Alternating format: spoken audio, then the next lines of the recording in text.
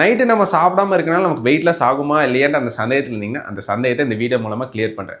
First நம்ம night இருந்துட்டு அளவா சாப்பிடுறது இல்ல சாப்பிடாம இருக்கனால என்ன ஆகும்னு பார்த்தீங்கன்னா, நம்ம உடம்புல இருக்கிற குரோத் ஹார்மோனோட அளவு அதிகமாயிட்டே இருக்கு. குரோத் ஹார்மோனோட அளவு அதிகமானா என்ன நடக்கும்னு பார்த்தீங்கன்னா, நம்மளோட மசிலோட ரிப்பேர், மசிலோட மாஸ் எல்லாமே நல்லா இன்க்ரீஸ் ஆயிட்டே இருக்கு. அது கூட என்னன்னு பார்த்தீங்கன்னா, நம்மளோட எலும்புல வந்து நல்லா வலிமைப்படுது. அது கூட என்ன நடக்குதுன்னு பார்த்தீங்கன்னா, நம்ம உடம்புல இருக்க கெட்ட கொழுப்புல வந்து சீக்கிரமா பர்ன் ஆகிறதுக்கு இல்ல கரையறதுக்கு நிறைய ஹெல்ப் பண்ணிட்டே இருக்கு.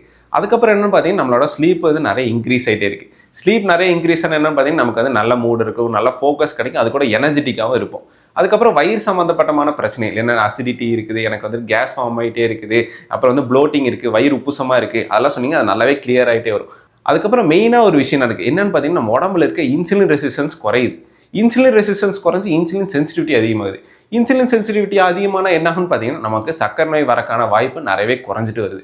அதனால நான் என்ன சொல்ல வரேன்னு பார்த்தீங்கன்னா, 7 மணிக்கு முன்னாடியே முடிஞ்ச அளவுக்கு சாப்பிட பாருங்க. அப்படி 7 மணிக்கு முன்னாடி எல்லாம் சாப்பிட முடியல அப்படின்னு இருந்தீங்கன்னா, 8லேருந்து 9 மணிக்குள்ளேயே சாப்பிட பாருங்க.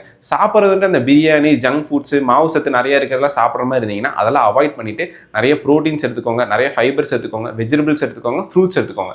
இதெல்லாம் எடுக்கறனால நம்ம உடம்புல இருக்கிற எனர்ஜி லெவல்ஸ் நிறைய இன்க்ரீஸ் ஆகுது நீங்க ஃபீல் பண்ணலாம். அதுக்கப்புறம் உங்க உடம்புல இருக்கிற ஃபேட்டு நிறைய குறையுது நீங்க நல்லா ஃபீல் பண்ணலாம்.